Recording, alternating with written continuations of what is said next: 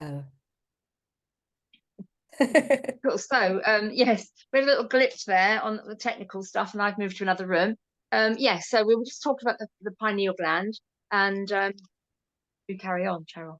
Yeah, and just how important it is. Yeah, so just to say that I ended up clearing mine and then I was a lot better. So I just think it's so, I mean, I teach this stuff all the time. I'm an energy healer anyway. So I literally teach people how to get aligned with their 1 to 12 chakra column. Mm. And I teach it as a healer to get us to be healthy, but also as being able to like channel. And because I'm a theatre maker, it's how I do all my work, that I get myself energetically aligned and then bring work through and channel work. And so I think that's interesting that that was the point that we went back to with Aleister Crowley, that he was not able to channel at first, and he was channeling through his wife. And then he started to channel through his whole book of the law. Now, interestingly, this is my own process. I channel plays, but I think that's what I think is important for sort of magical practitioners and healers to bring forward, because there's a lot of people that are very scared of channeling in the craft. And, you know, a lot of people will go, don't go near it. And I understand that. I understand what people are saying. They're like, no, you shouldn't be dabbling with things. There's a lot of bad juju given to mediums that channel. But, and I, you know, that for me, that's why the whole witch craze happened, and they butchered all the healers and the cunning folk and the people that weren't dabbling with the dark. They just understood it.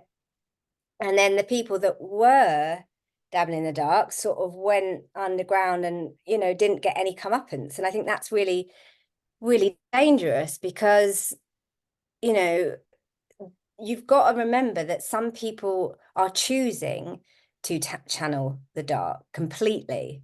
And I Yeah, think that's the important thing to bring forward with yeah, Crowley. Now, whether he did it because he was controlled. So one other thing I want to bring in as a magical practitioner, we have a practice of, when you're shamanically trained, of soul retrieval, which means bringing back traumatized parts of yourself back into the body, bringing healing to it. And the other reverse of that I think people often don't understand or don't talk about as much is soul control. Now, a lot of people might know about mind control. It's all there to look out. You know, that's kind of why a lot of this dark weaponry and programming has happened. We've all suffered some kind of mind control as a society. But often it's not talked about as much about soul control. And I kind of want to bring that in about Crowley, because when I was meditating on, you know, why did he go so far to the dark, is that there's a practice that I went into, and I have worked with a lot of people about the demonology and what was happening in ancient Egypt when they taught you about the soul double. I mean, they knew all about, it's called the 10 bodies of light practices, about the energy centers, the physical centers, your connection to the higher centers. But they also taught about the shu body, which is the shadow body, and the ba body, which is the soul body. And what magical practitioners can do, if they want to work for the dark, and I'll say how you can do it for the light as well, is that they can command this shu body, which was a teaching in Egypt, which is the soul body, and work with the soul parts of someone. Now, when you get traumatized and your soul fragments, it means you have less and less of a soul, of a light being. And a lot of people can speak about, oh, they sold their soul there, or you sold your soul to the devil. Well, getting a fractured, traumatized soul, which is what mind control and all these abuse systems are like, is having less and less light in the body, less and less soul. And the problem is when you end up being soulless, instead of being, you know, you can actually have entities and demons attach into the body. So I just want to bring that in, that I'm not sure by the end of it how in control, how in the soul Aleister Crowley was. I believe he was a soul-controlled being, and that's how he was operating work for the dark. And I bring that forward because I'm not a supporter of his work at all. I think anyone that hears me speak will say I will never support Crowley's work, but there's an element of understanding and forgiveness for what high level of magical control can do to a person, and also that it's never the named people that are the biggest problem. It's the Right, it's the people that are people that are, controlling that yeah, the thing. puppeteers. Yeah. So are you saying that he was like a vessel, basically? He was like this vessel, and the dark energies use that to fulfill whatever it is that they wanted to do, which was quite a lot of damage, from what I understand. Yeah. Now, I'm not saying he didn't choose to make that Yeah, choice. I believe he did. he And did. that's the thing, people have their levels of integrity. You make your Yes. own choice. People sign up to these things. But the problem is you do get controlled and traumatized and abused. And I believe he was brought in, as the people know how to control what family people come into. It's very discombobulating when you realize and you work on a soul level about what a soul's really doing here and their journey. Yeah. So I think he would have been targeted for all of that work. But at some point, you could always choose the light, because at the end of the day, the light is stronger than the dark. Yeah. Just don't let people that are working with the dark make you believe that that darkness is stronger, because that's what they do. Yeah.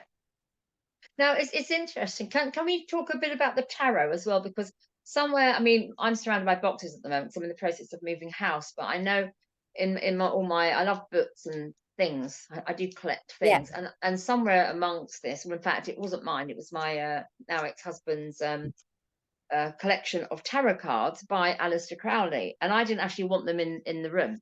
And I'd say, do yeah. you have them? I don't know where they came from, who gave them to him, but they were his. They were written by Aleister Crowley, and I thought, I don't want them. You have them. Did he create the tarot?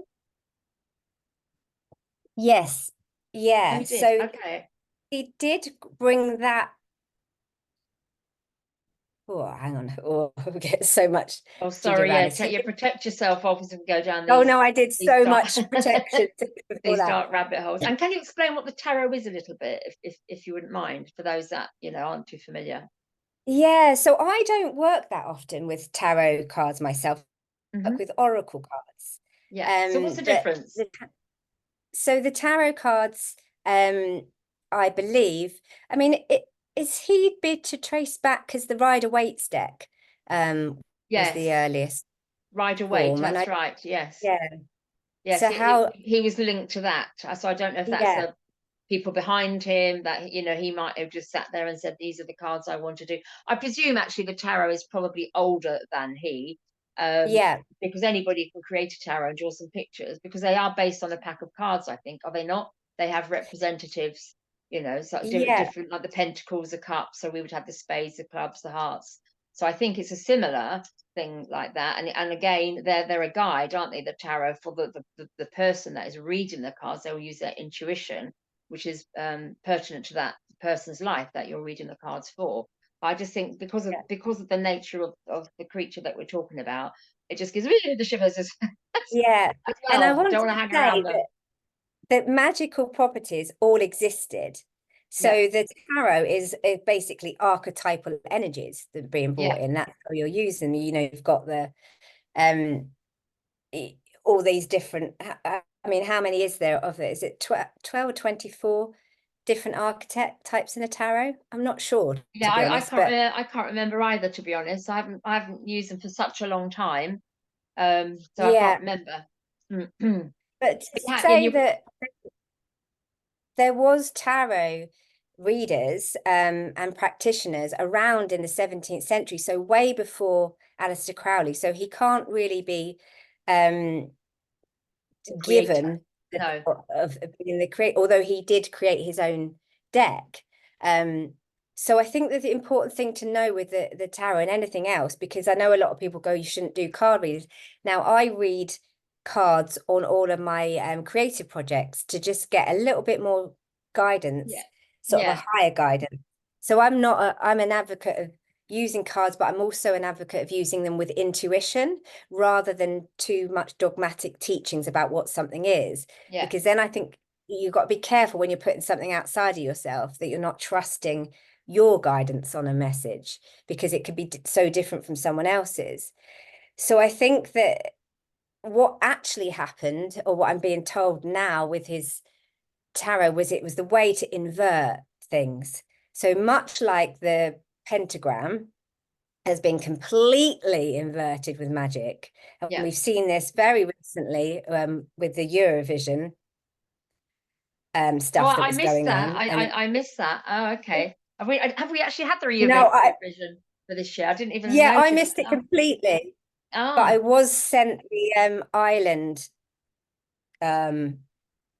the island song. thing with Yeah. the I'm a witch. And there was a pentagram symbol in the middle of the stage, and then there was this demonic creature being enacted, and I was like, oh my Wow. So gosh, it's really out. They're because not Ireland hiding it. hides They're not it. hiding it anymore. No, they There. never hide it. They never hide it anymore, do they? No. I was like, Wow. gosh, okay, this isn't my sense of what the witch, the magical rising is. Yeah.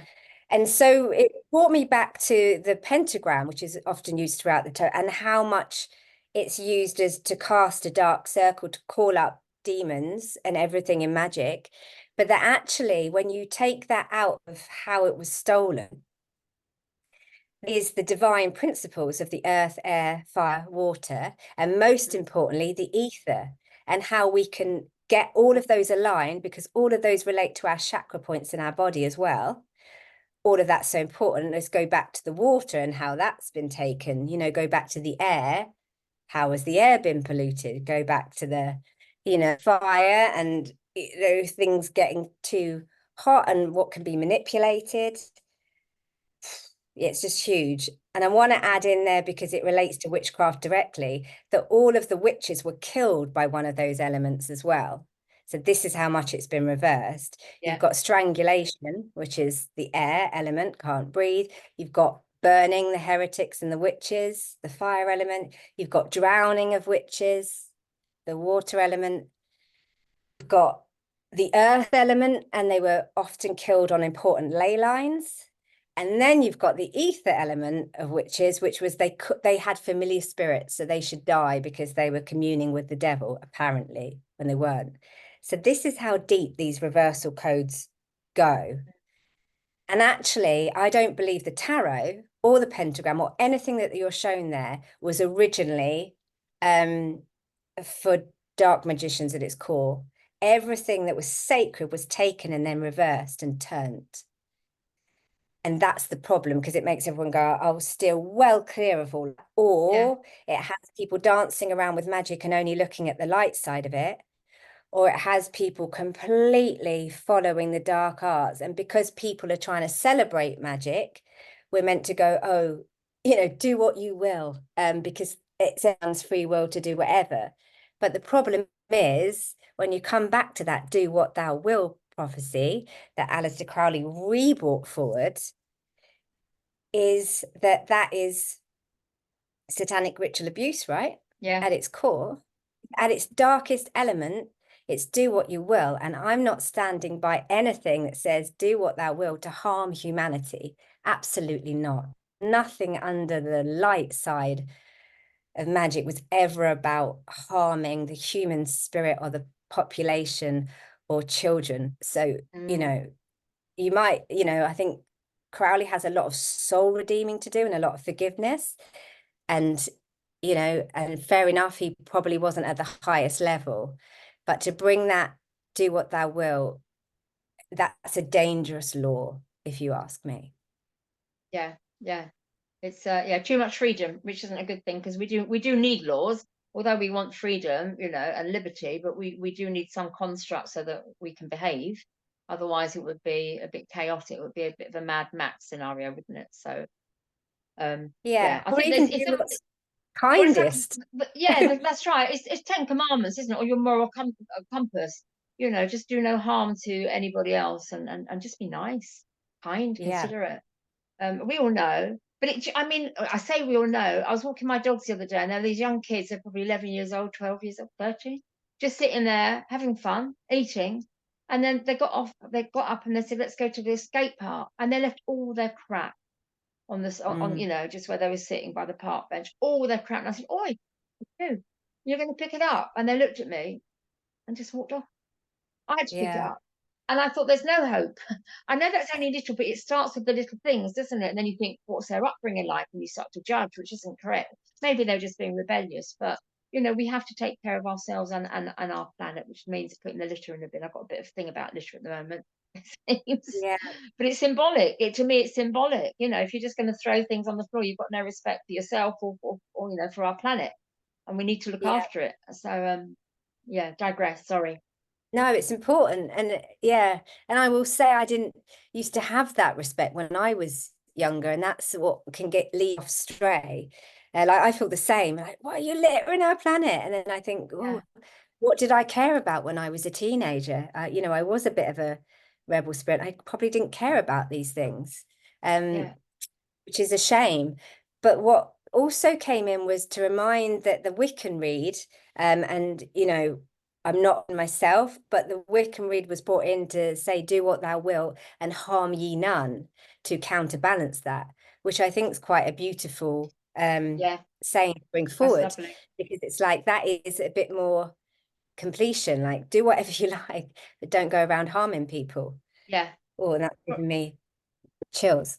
As it were. Well, it's a bit like the common law motto, if that's the right word.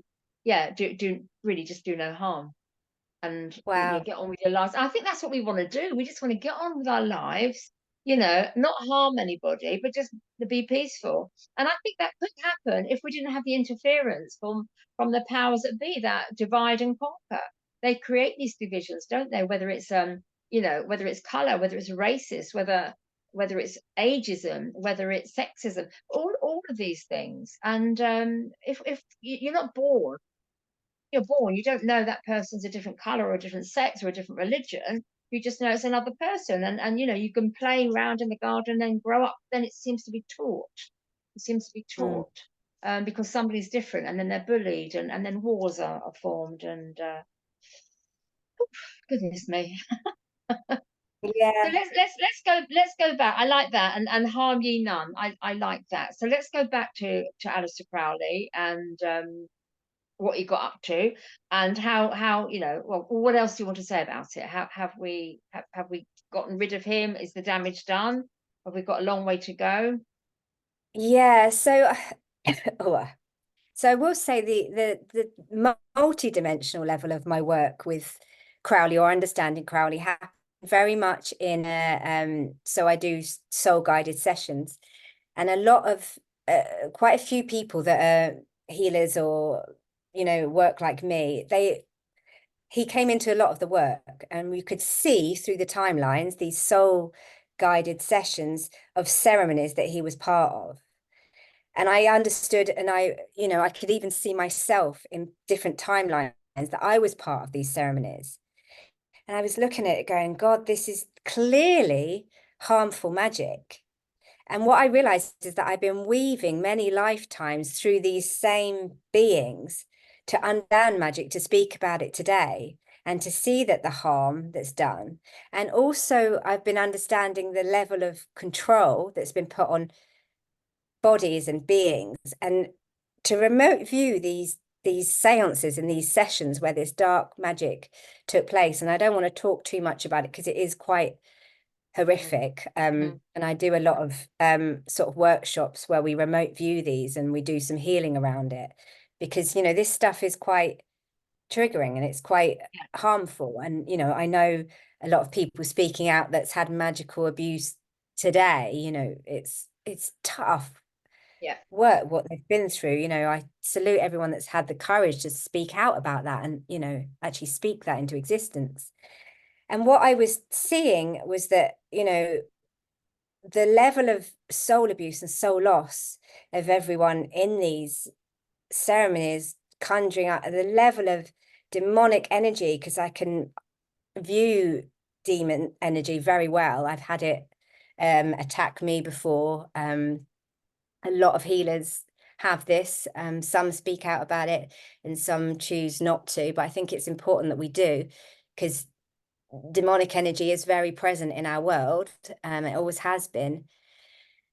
And so Crowley in particular was in a very powerful place, What I can tell you about him now is that he's in a place of wanting to be forgiven for what he's done. So what seems to be happening through some of the way that the earth is definitely ascending, more light is coming in to support us.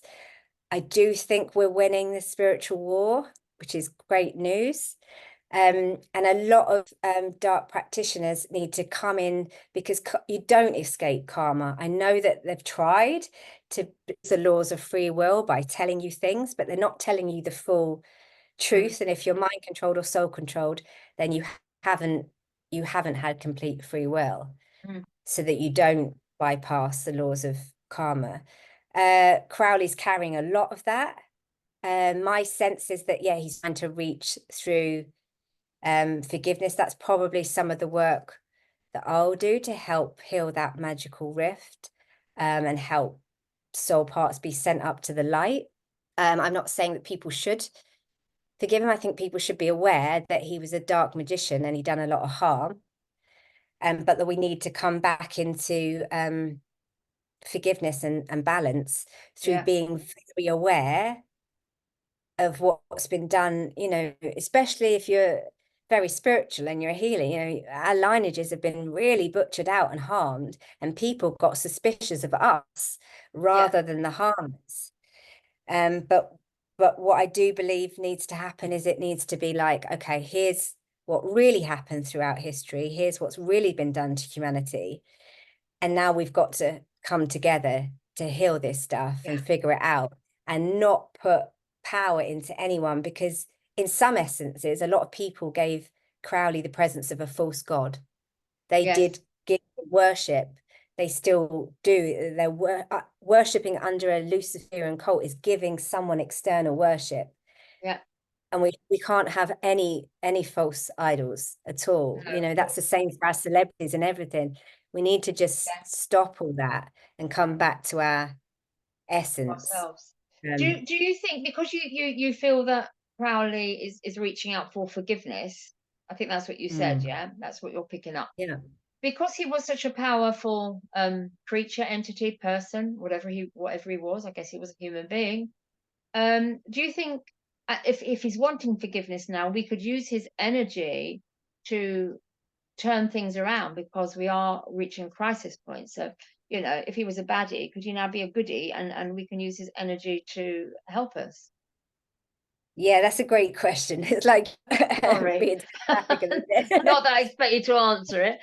No. So basically, I've had some sessions with healers lately, and the last one session they were like, "Oh, Madam Blavatsky's come in and she wants to work with you," and I was like, "Oh no." No. And then the last session I had, and they were like, "Oh, Aleister Crowley's come in and he wants to work with you." And that's literally why I came back to you and said, "Should we do this talk?" Because what I've realized is that working with, if you're going to be a channeler and you can understand both sides of the dark and the light, this is kind of why I've been pushed to run my workshop, Put Magic Back into Healers Not Harmers this week, because of bringing these voices through and understanding magic through their lens, so that we can fully reverse the curse. Yeah. Because they are high level practitioners, they are, Yeah. working for the light and the dark. We've got to understand that they brought a lot of knowledge through, as did people like Steiner, and all of these groups have interweaved with each other. Wicca took over from Crowley, and then some say they turned against it, and but this goes back to ancient teaching. And so we've got to learn, and kind of why the only reason I'm speaking out about Crowley, because I'm kind of working with him.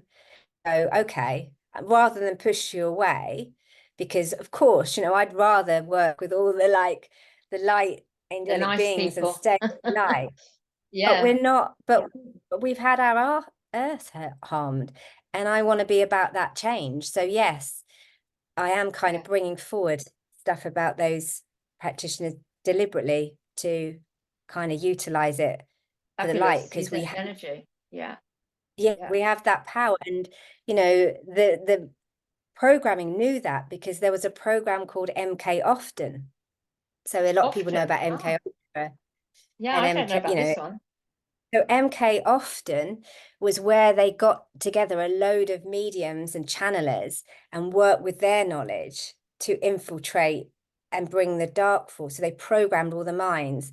And what Gosh. some people speak out about when they've had severe abuse, they're the most spiritually tapped in of people because they go through the death realms and come back. So actually at a higher level, beyond this mind control and soul control, they were working with people that were tapped into these forces and then bringing it through to use that power to jump through timelines and bring these darker wars and problems in Yeah. because we're Yeah. using these. So I'm very much about using all the magical ability you can to reverse it back on them while they're remote viewing and reading and trying to go, oh, this is the planet's point of ascension, so we'll put in destructive wars and do this damage. If you can work the other way, and this is kind of what I'm teaching more people than me to do, because it's what I do when I write my plays. I go, here's what I'm predicting that's about to happen, or here's what I need to shine a light on. So Yeah. let's be aware of this. I'm also helping like healers to go, okay, I'm going to use this knowledge so I'm ahead of the game too. Yeah. And we can, and this is how we kind of, Oh, I mean, that's win. fantastic because I know as a playwright, have you got anything? I know you're working on one. Is there something that we can look forward to seeing in the near future? I'd love to see something that you've created. Yeah, so hopefully the first play is going to be coming into London next year. Yeah. I'm currently trying to sort that. And the second play, which is very much about this kind of soul control, mind control magic, it features Egypt and a spiritual awakening coming from self-hatred, because that's kind of how the abuse comes in, and my own journey from self-hatred and being mind controlled into my own spiritual ascension. So the second one, The Witch, the Bitch, the Whore Was Your Angel, is I'm currently seeing if that can come into a first showing in London this summer. But as you know, from planning events and doing stuff, how much it takes to try and organize this.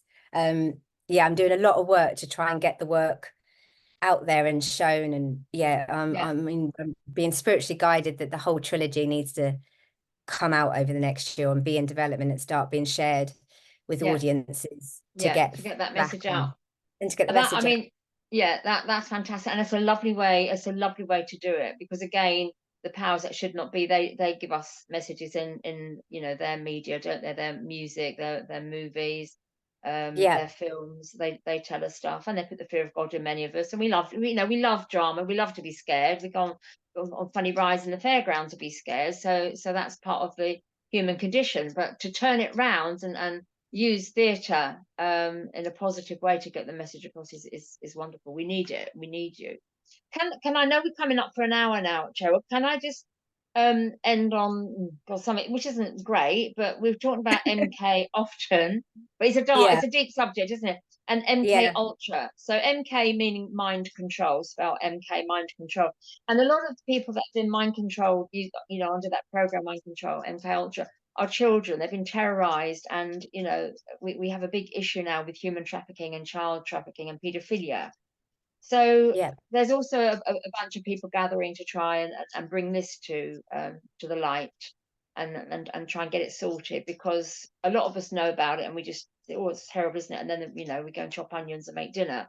What would you have to say about this, and where are you in this regard?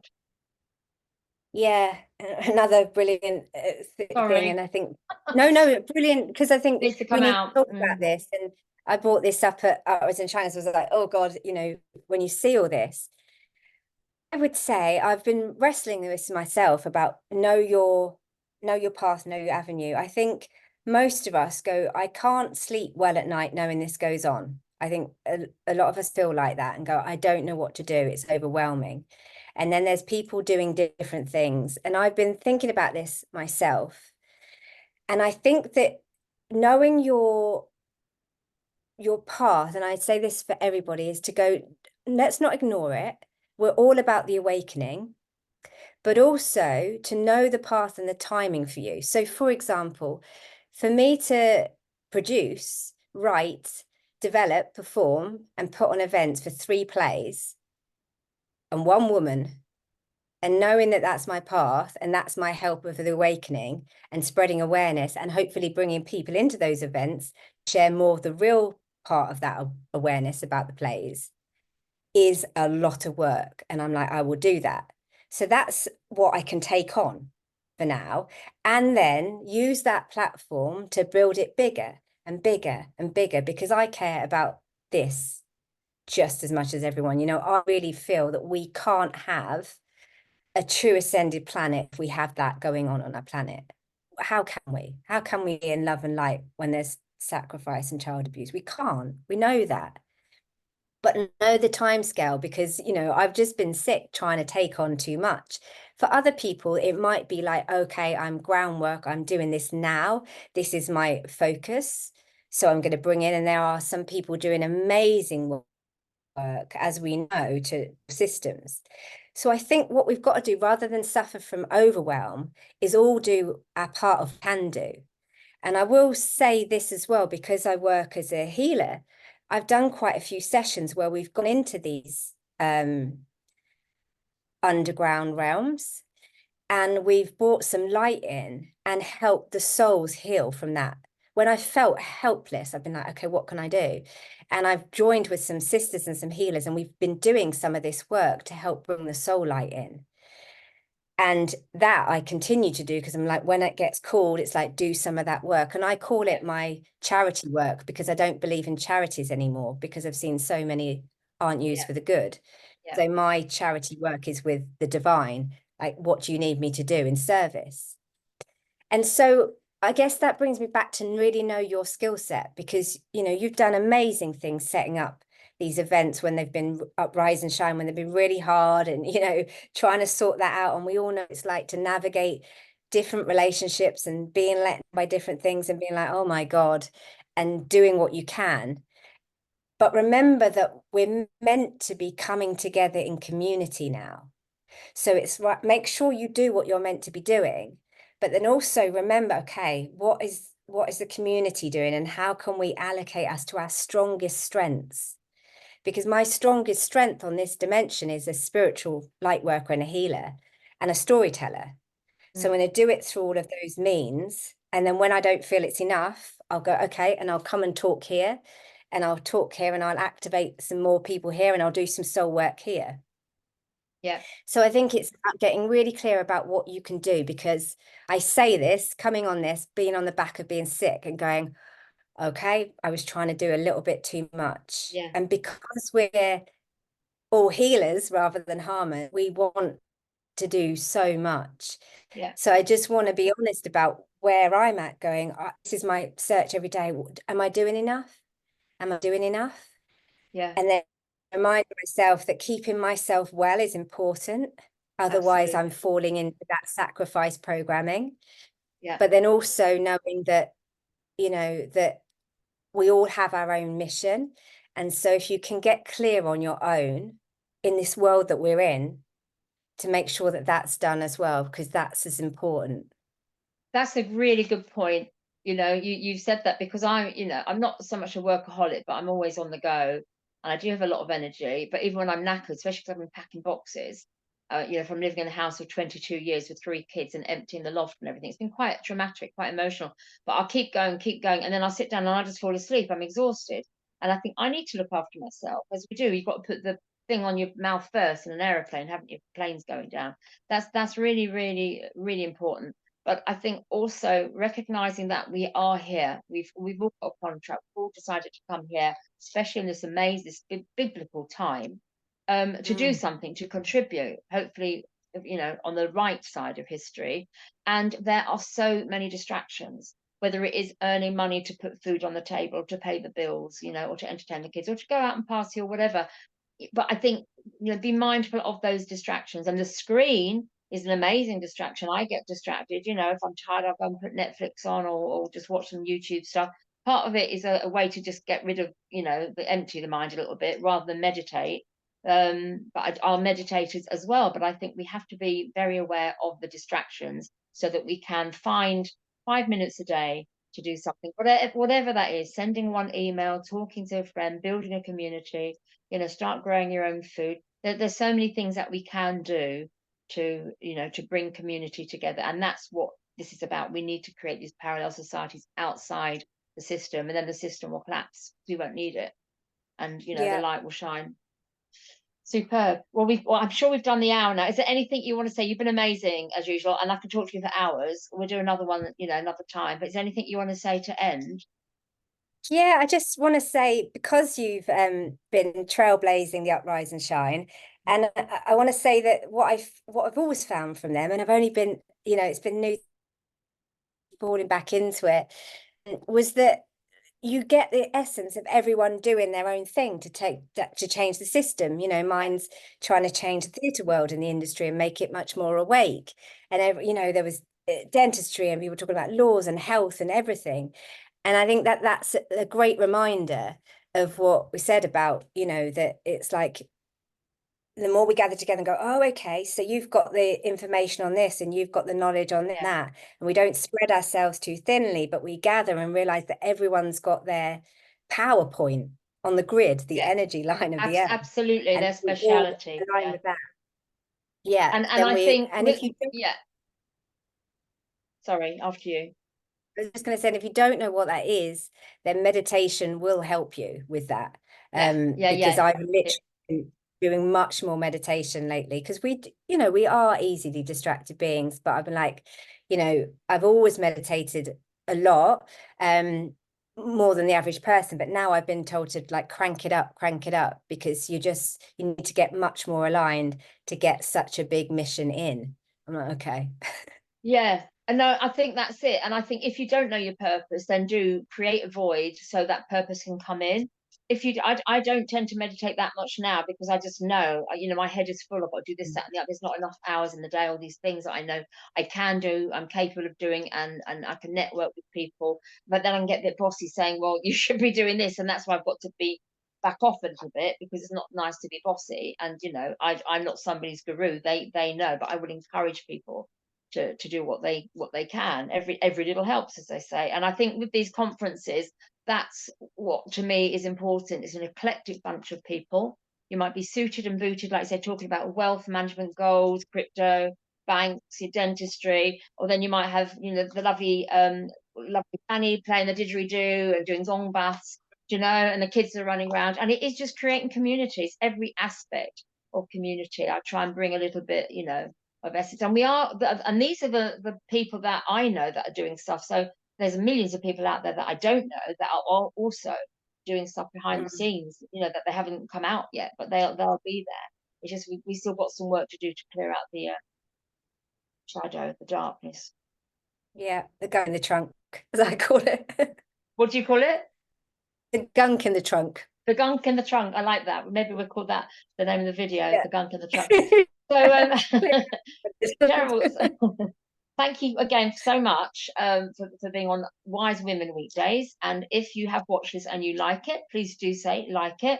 Maybe subscribe to the channel, because the more we get, then the more reach we can have. Maybe if there's a comment for me or for Cheryl, she will read them, I will read them, so the messages do get across.